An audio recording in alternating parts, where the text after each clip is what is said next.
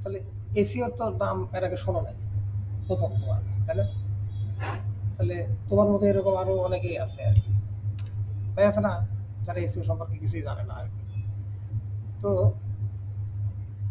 ধরো যে এসিও কি, এই জিনিসটাকে বোঝা লাগবে আর কি। নর্মালি এসিও লেখা যদি আমরা সার্চ দিই, বুঝছো, নর্মালি এসিও লেখা যদি সার্চ দিই, তাহলে এখানে লেখা আসছে সার্চ ইঞ্জিন অপটিমাইজেশন। তাহলে এটা কিন্তু বুঝলে আর কি, যে এসিও মানে হচ্ছে হলো সার্চ ইঞ্জিন অপটিমাইজেশন। এখন প্রশ্ন আসবে যে সার্চ ইঞ্জিন কি।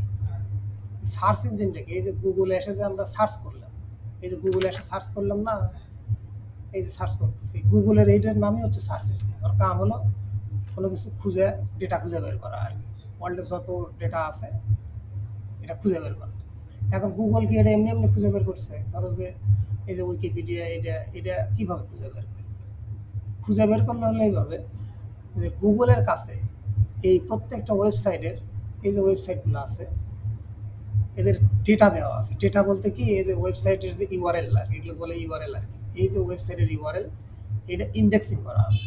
ইন্ডেক্সিং মানে হচ্ছে গুগলের কাছে একটা কোনো কিছু জমা রাখা আর কি, বুঝছো? যার কারণে তাছাড়া গুগলের কাছে যদি না থাকে, গুগল এটা কই দিয়ে খুঁজে পায়? তাহলে বিষয়টা কী দাঁড়ালো? এসইও মানে হচ্ছে সার্চ ইঞ্জিন অপটিমাইজেশন। অর্থাৎ তুমি যে ওয়েবসাইটে, ধরো যে আমরা এই ওয়েবসাইট নিয়ে কাজ করতেছি, এই ওয়েবসাইটটা কাজ করতেছি না, নতুন একটা ওয়েবসাইট, এই ওয়েবসাইটের ইনফরমেশন এখনও গুগলের কাছে দেওয়া হয় নাই, বাট আমরা দিব আর কি। কারণ দিলেই যে গুগল নিয়ে নেবে তা না, এই দেওয়ার কিছু রিকোয়ারমেন্ট আছে আর কি।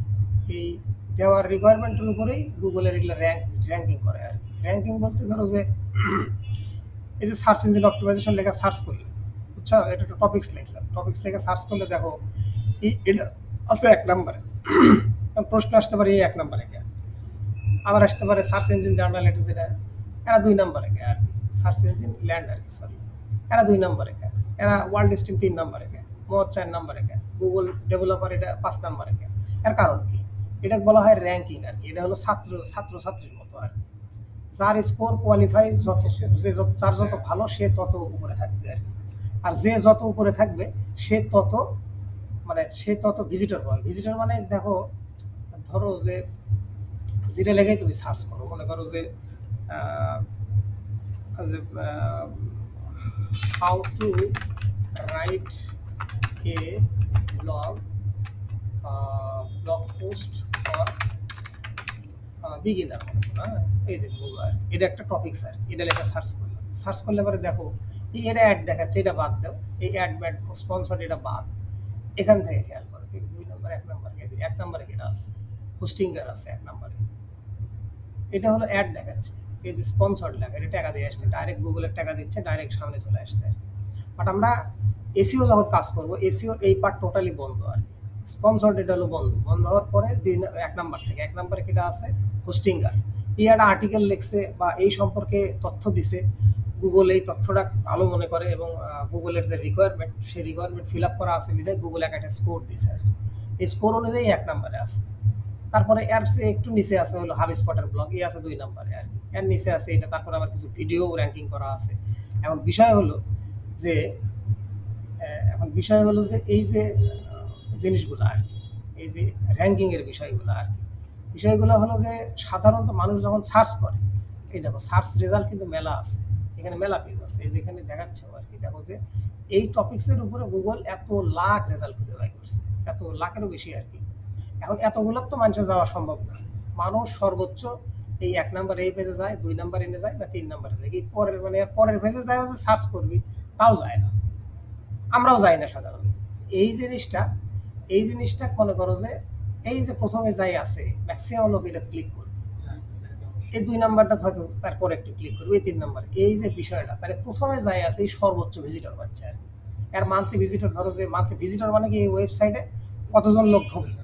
তো কতজন লোক ঢোকে বলতে, এটা কম করে হলো ধরো মনে করো একটা অ্যাভারেজ মিনিমাম 10 লাখ লোক এই ওয়েবসাইটে প্রতি মাসে ঢোকে। এই 10 লাখ লোক যে ঢোকে, এই 10 লাখ লোক ঢোকার থেকে, শুধুমাত্র এই ঢোকার থেকেই এই প্রতি মাসে মনে করো যে হয়তো $3-4 হাজার ইনকাম করে।